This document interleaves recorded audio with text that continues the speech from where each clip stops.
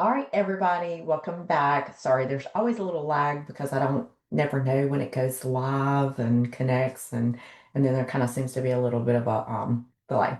But anyway, today I want to talk about something that almost nobody's talking about, but I see it in my practice all the time, literally like almost every single day, and that is low stomach acid. Now, most people think their problem's too much acid. They think, but I have reflux. I have heartburn. I have indigestion. This lava just keeps coming up in my throat on a daily basis after every meal. So they assume their stomach is producing too much acid. But in reality, a lot of people actually have the opposite problem. They have too little stomach acid. And when stomach acid is low, it can create a cascade of issues throughout the entire body, not just in digestion. So it can affect your hormones, it can affect the immune system, it can affect metabolism, and even your energy levels. So let's break this down in a very simple way. First, we have to understand what stomach acid actually does. Your stomach produces something called hydrochloric acid. And this acid, y'all, is incredibly important. It does several critical jobs. Number one, it breaks down protein. That's the most important. When you eat foods like chicken, beef, fish, eggs, or even plant proteins, stomach acid helps start the process of breaking those proteins into amino acids that your body can actually use. Now, number two, it activates digestive enzymes. There's an enzyme called pepsin that helps digest protein, but pepsin only works in a very acidic environment. If the stomach isn't acidic enough, protein digestion ends up becoming incomplete. And the third, it sterilizes your food. So you think about it like your body's first immune defense. Every time you eat, you're also swallowing bacteria, parasites, yeast, and other microbes. Strong stomach acid helps kill these organisms before they enter the intestines. Number four, it signals the rest of the digestive system. So when stomach acid is released, it tells the pancreas, gallbladder, and small intestine that food's coming. So this signal tells the body to release digestive enzymes, bile, and other digestive hormones. So stomach acid is basically the starting gun for digestion. Like it is like number one, like ground zero. And when that starting gun doesn't fire properly, everything downstream can start to break down. So, what happens when stomach acid is too low? This is where we start seeing symptoms that many people don't understand and don't connect to the stomach. So, some of the most common things I see are bloating after meals, feeling full really quickly, burping, gas, acid reflux, indigestion, undigested food and stool, chronic nutrient deficiencies.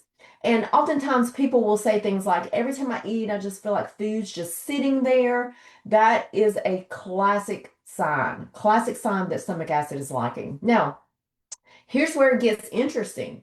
Low stomach acid doesn't just affect digestion. It can create a domino effect throughout the body. Now, let's talk about the gut microbiome first. So, remember earlier, whenever I said stomach acid acts like a filter? Well, when acids are low, bacteria that normally should be destroyed in the stomach are able to move into the small intestine to colonize. Now, that's one of the reasons low stomach acid is strongly associated with things like SIBO, which is small intestinal bacteria overgrowth, dysbiosis, candida overgrowth. And once bacteria starts fermenting in the wrong place, you end up getting symptoms like bloating, gas, pressure after eating, brain fog, fatigue. So sometimes when people say, I feel terrible every time I eat healthy foods, it's actually because those foods are fermenting due to poor digestion. Now, let's talk about an important piece that is nutrient absorption. Your stomach acid is essential for absorbing several very important nutrients. So, for example, vitamin B12, iron, calcium, magnesium, and zinc. Like these nutrients are critical for energy, brain health, hormones, and immune function. So when stomach acid is low, people start developing nutrient deficiencies over time. And this is why I often see clients with things like low ferritin, low B12, fatigue, come to me with their hair thinning, thin nails, weak nails, low energy, and even if their diet is clean and it looks good. So their body simply can't extract nutrients from the food properly if it's not being broken down efficiently. Now, let's connect it to hormones because this is something many women in their 40s and 50s experience. Hormones are made from nutrients and amino acids. Y'all kind of see where I'm going here. If you can't digest protein properly, you may not get the building blocks needed for hormone production. So, for example, amino acids are needed for neurotransmitters like serotonin and dopamine. Those end up affecting, or they play a major role in mood, sleep, and stress.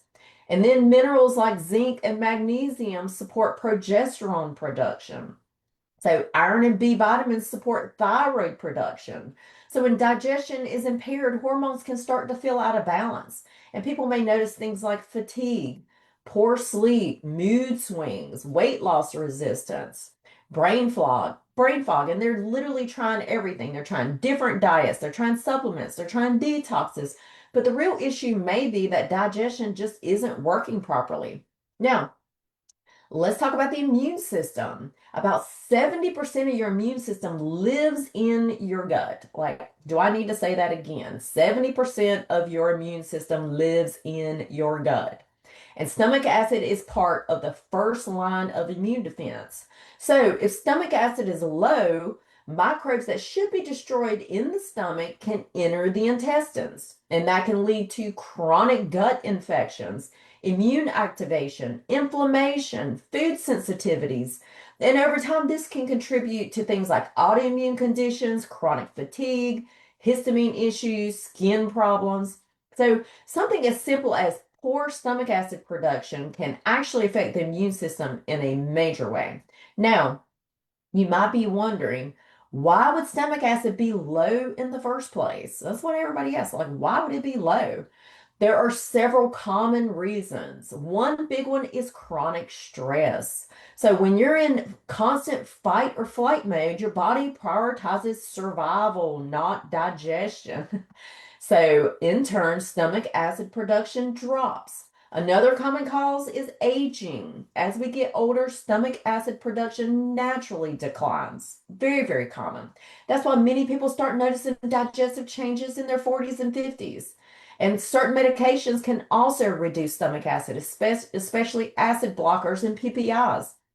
And then, of course, you have infections like H. pylori can suppress stomach acid as well. So the key takeaway here is this. If digestion isn't working properly at the very beginning of the digestive process, everything else downstream can be affected.